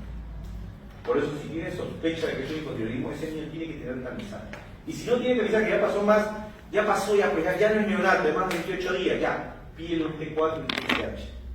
Niños que estén histéricos, niños con macroglosia, niños con ictericia persistente, niños con hernia umbilical, niños con fontanelas amplias. Sospecha de hipotiroidismo, nunca está de más que le pidas tu tamizaje para hipotiroidismo, T4 y TSH, no se olviden. Y van a encontrar el T4 bien bajo y el TSH elevado. Bueno, el hipotiroidismo adquirido básicamente el iatrogénico, ¿correcto? Déficit de yodo básicamente porque falta de comida. ¿Y qué te dije que se hace actualmente para evitar eso? Sal yodada, ya no lo vas a encontrar. Hay otra forma con la tiroiditis Hashimoto, ¿no? La autoinmune, eso lo vamos a encontrar nosotros. Y eso es lo que te explicaba un poquito de la clínica cuando tú lo examinas. Aparte de los cambios clínicos que vas a ver, por lo general vas a tener que encontrar y ver la tiroides, ¿correcto? El tamaño de la misma. Son niños que no crecen. La piel se vuelve fría, se estriñen, son intolerantes, son hipoactivos, retraso puberal y amenorrea en adolescentes. Es una de las primeras causas de amenorrea. En los adolescentes también es común ver los hipotiroidismos, ¿correcto? Y mujercitos sobre todo, que inexplicablemente comienzan a ganar peso. Nunca descarten, ¿correcto?, el hipotiroidismo. Nunca dejen de pensar en hipotiroidismo. Las chicas que comienzan a tener cambios en su periodo, hipotiroidismo. A tu flaca que la viste es fría y distante, ¿correcto? Puede ser hipotiroidea. No es normal, sí, en serio. Hay chicas que comienzan, oye, pero estás ahorita media helada, tu humor ha cambiado. O está enojada contigo o es hipotiroidea. Conociendo que lo más frecuente es que está enojada contigo. Algo así. Pero la dosis de levotiraxina, según edades, estos son datos variables porque en realidad son dosis que se ajustan de acuerdo a los valores de T4 y TSH. Hipertiroidismo, ¿correcto? ¿Cómo se llama esta fase? Graves, Bassendorf. ¿Se acuerdan ustedes, sí o no? Ojos de Simpson, ¿verdad? ¿Qué vas a encontrar? Son la piel, tienen intolerancia al calor, lo contrario, ¿verdad? El apetito lo tienen aumentado, a diferencia del hipotiroideo que lo tiene el apetito disminuido. Hacen crisis tirotoxicósicas, hacen crisis hipertiroideas, taquicardia, inclusive pueden hacer infartos, síndromes ansiosos. La enfermedad de Graves, ¿no? Graves Bassendorf es la que vas a encontrar tú, generalmente. Aquí encontramos el hipertiroidismo clínico y subclínico, ¿se acuerdan ustedes? Eso lo han escuchado ustedes, ¿no? La enfermedad de Graves es la más frecuente. Bocio es lo que vas a encontrar en una base central, taquicardia, nerviosismo, crisis de ansiedad, los ojos de Bart Simpson, aumento del apetito, como te decía, a diferencia del hipotiroideo que tiene poco apetito y comienzan a adelgazar. Intolerancia al calor. Bueno, todo esto es lo mismo. Hay que tener cuidado con las crisis tiroideas, porque estos pacientes no solamente hacen taquicardia, hacen hipertensión severa y pueden llegar inclusive a infartos. Tienen que tener mucho cuidado. Hacen frecuencias cardíacas de 200, de 250. ¿Y qué se les da generalmente a estos pacientes? ¿Qué se tiene que hacer? Inclusive comienzan a usar capazol, propiltiuracilo, metimazol. El tratamiento son tratamientos básicamente para el hipertiroidismo, pero el tratamiento de base del hipertiroidismo, ¿qué es lo que tienes que hacer con un hipertiroideo? Llevarlo a lo contrario, a lo que puedes manejar. ¿Puedes manejar el hipertiroidismo? No, puedes manejar la crisis nada más. ¿Cómo manejan el hipertiroidismo? Llevándolo al hipotiroidismo. Entonces el buen cristiano quema la tiroides. ¿Cómo lo utilizan? Con yodo radioactivo. En algunos casos la cirugía te puede dar, pero la mayoría de los casos con yodo radioactivo la queman, lo llevaron a hipotiroideo, ya, perfecto, listo. Se reguló la T4 y la T3, y la TSH también, ya, perfecto. La TSH ya está bien baja. T4 y T3 en rangos normales, o rangos bajos. Ahora sí le doy levotiroxina. Las hipertiroideos, tratamientos finales, llevarlos a hipotiroidismo. Lo que te decía, ¿no? Dosar T4 y T3 generalmente están elevadas, hipertiroideos, y la TSH está disminuida. ¿Cuál es la funcional? ¿La T4 o la T3? Esta pregunta es fácil.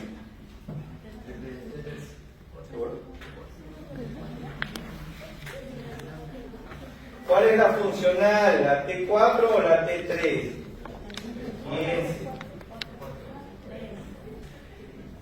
Entonces, lo que te decía, ¿te acuerdas? El tratamiento son las opciones. ¿Qué haces?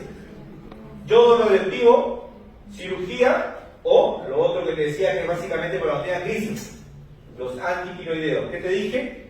Propiltiuracilo, carbamazol, metimazol. Más efectivo que eso es llevarlo a hipotiroidismo. ¿Cómo lo haces? Con yodo o con cirugía. Son las formas. En fin. Mucho cuidado, como te decía, mira, para las crisis tirotóxicas, ¿qué damos? Propiltiuracilo, metimazol, carbamazol, soluciones yodadas a veces rápidamente, porque esta es la principal complicación. Estos pacientes se mueren por eso. El paciente que está, si puedo controlar la crisis, y si no, a veces se muere. Desastroso, güey. Nos falta solamente eso, ¿no? Obesidad, ¿no? Y ahí seguimos la siguiente fase. Es un poquito más querido, ¿no? A ver. En la actualidad, este probablemente es uno de los principales problemas. Por eso hay que tener mucho cuidado con lo que comemos. Mucha gaseosa. No toman mucha gaseosa, tomen más agua, está bien.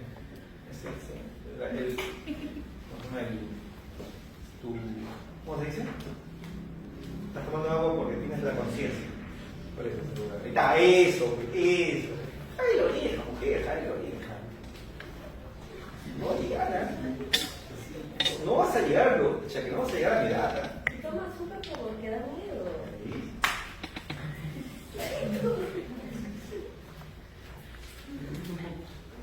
Ya sabes, no sé por qué el late. ¿Tienes familias con diabetes? ¿No? Mira, rico, yo tenía en casa, de todas maneras. ¿Video bastante? No, estoy pasando. Y ahí están.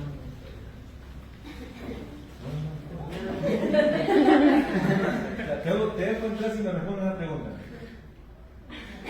¿Qué has visto? ¿Qué respondo? ¿Qué has visto?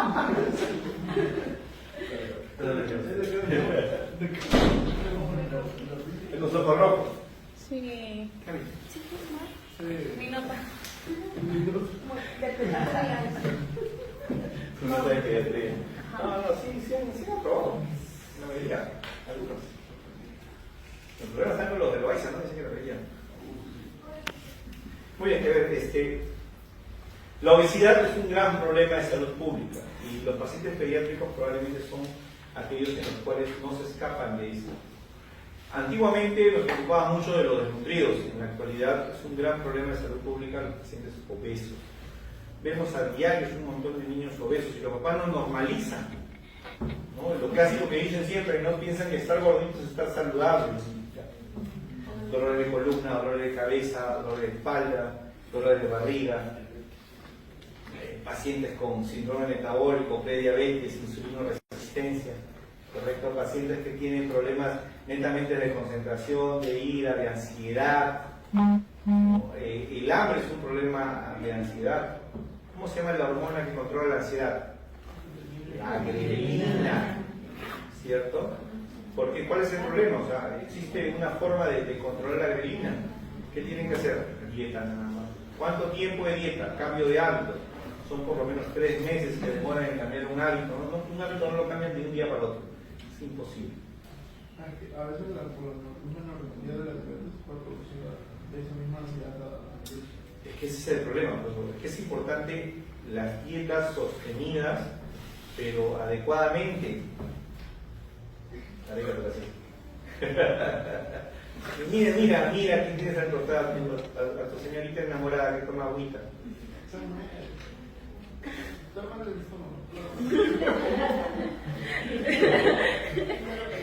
Cámbialo, por favor.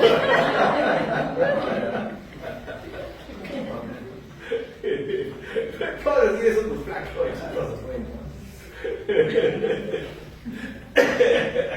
Muy bien. Obesidad y síndrome metabólico. La obesidad es un gran problema en los niños y tenemos algo característico, que no todos los niños que vemos ahí quedan en ser gorditos, qué bonitos que son, no le duele la espalda, qué pena, tiene que bajar de peso, no. Lleva algo que se llama síndrome metabólico, es decir, el alto consumo de carbohidratos cuando no los puedes utilizar, ¿en qué lo transformas? En grasas. ¿Y dónde se almacenan las grasas? En el hígado, ¿correcto?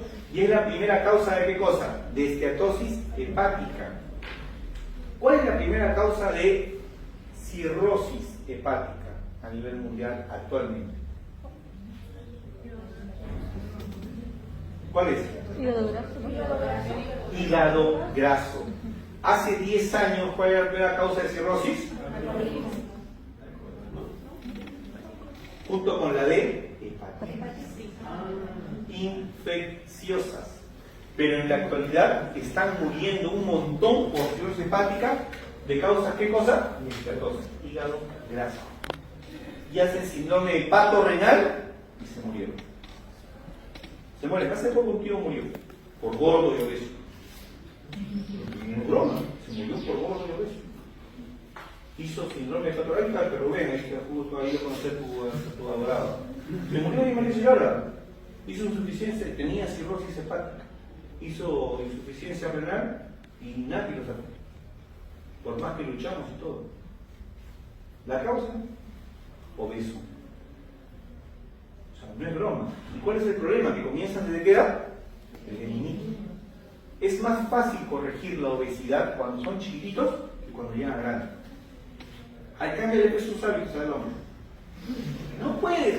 Peor a un adulto mayor, peor todavía puede. Por más que le hagas banda gástrica, ahí está peitosimar, ¿sí o no? Parece una piraña y estoy engordando nuevamente, ¿o no? Ahí está la Michelle Soy, pero no. Lo que tenías que hacer era cortar el estómago, no cortar la boca. ¿O no? ¿Por qué? Porque simplemente se cortan el estómago, pero no hacen cambio de estilo de vida. Ese es el gran problema que tiene. ¿No conoces a Jaime Chincha? ¿No lo conocías antes? Era un marrano. El periodista que murió de un infarto. Pero no murió por eso. Esa tontería ya. Bueno, ya, en teoría debió morir por eso.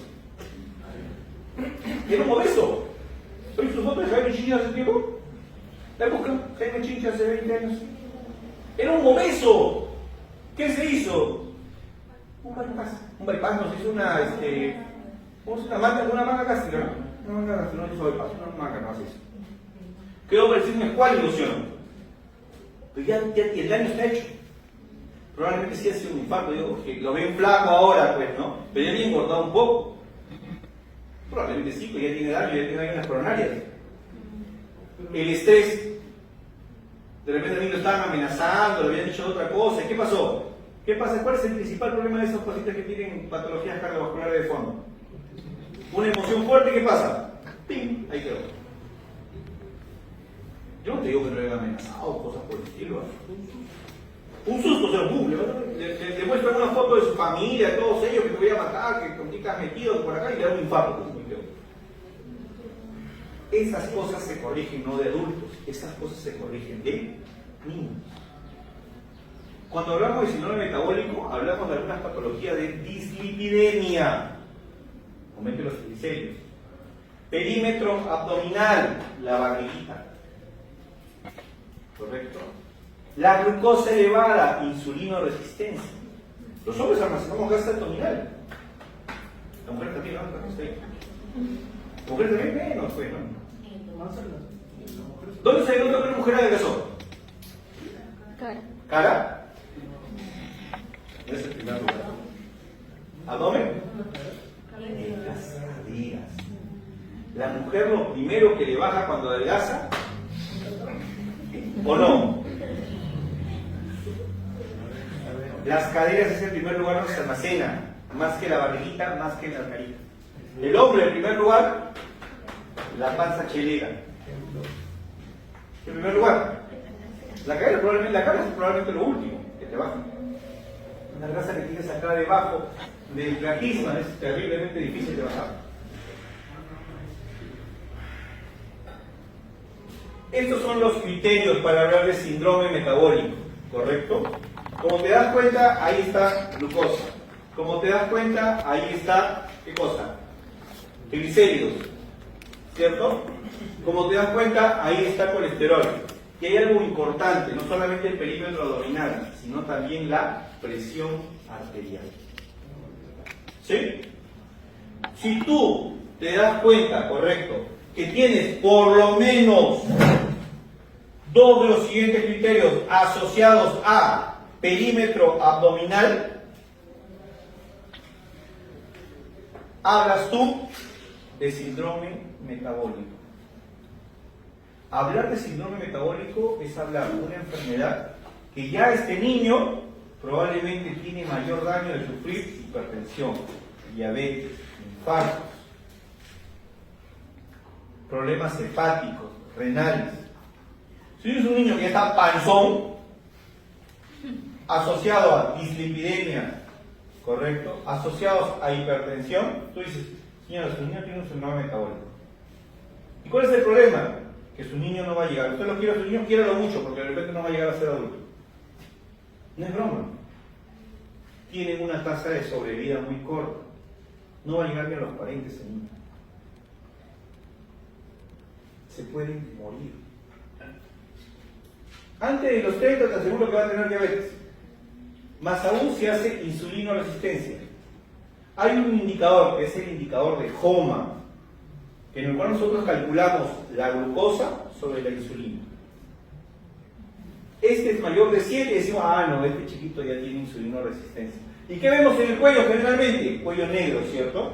¿Cómo se llama eso? Acatosis indirecta. Signo indirecto de insulinoresistencia. Ese es el gran problema. No es que está cochinito. Y si no tienen el cuello, ¿dónde tienen? En las axilas, en las entrepiernas, en las fisuras. Tratamiento de la obesidad. ¿Cómo se trata? En los niños se les da medicamentos, en los niños se hacen dieta. ¿Qué hacen? Limitar el consumo de carbohidratos. Señora, y lo hemos dicho de repente cuando no sé si han estado ustedes, no le dé papa, camote, yuca, fideos, arroz, azúcar prohibido. En su casa, el azúcar, llega a su casa, todo el azúcar que tiene, abre el caño y lo echa en el caño. La única causa de que estos niños se engorden es por culpa de los padres, porque son niños. ¿Y quién compra las cosas de la casa? ¿El niño? ¿El niño trabaja? ¿El niño tiene plata? ¿De quién es la culpa? De los papás. Más del 80% de los papás son obesos. Papá obeso, niño obeso. Los hábitos alimenticios se enseñan. ¿Quién te enseña esa comida? Tus papás. ¿Qué es de ellos que te enseñan? Ahí viene el problema. Entonces, dieta, no. Restringir líquidos. Cambios de alimentación. Actividad física. Para estos niños la actividad física no es una recomendación, es una exigencia, es una indicación. Tienen que hacer actividad física. Doctor, ¿y le puedo dar metformina? Solo se hay insulina resistencia asociada a una obesidad mórbida. Doctor, ¿le puedo dar de repente atorvastatina, simvastatina, obesidad mórbida asociada de repente a triglicéridos recontra elevados, colesterol recontra elevado? ¿Correcto? El uso de estatinas o ácido fólico, lo que tú quieras. Deporte sobre todo y actividad física. ¿Qué más, doctor, puedo hacer? Banda gástrica en niños, bien raro que hagamos. Doctor, ¿y utilizamos medicamentos para que no le dé tanto apetito al niño? La escuela americana recomienda en obesidades mórbidas por ahí, pero es muy controversial en realidad. Usar medicamentos que eliminen la grelina o algún tipo de ansiedad por la dieta o algo por el estilo, ¿no? Bueno, acá está. Bueno, eso lo sé. Venga, 5. Ya, tienen 20 minutos de descanso y continuamos.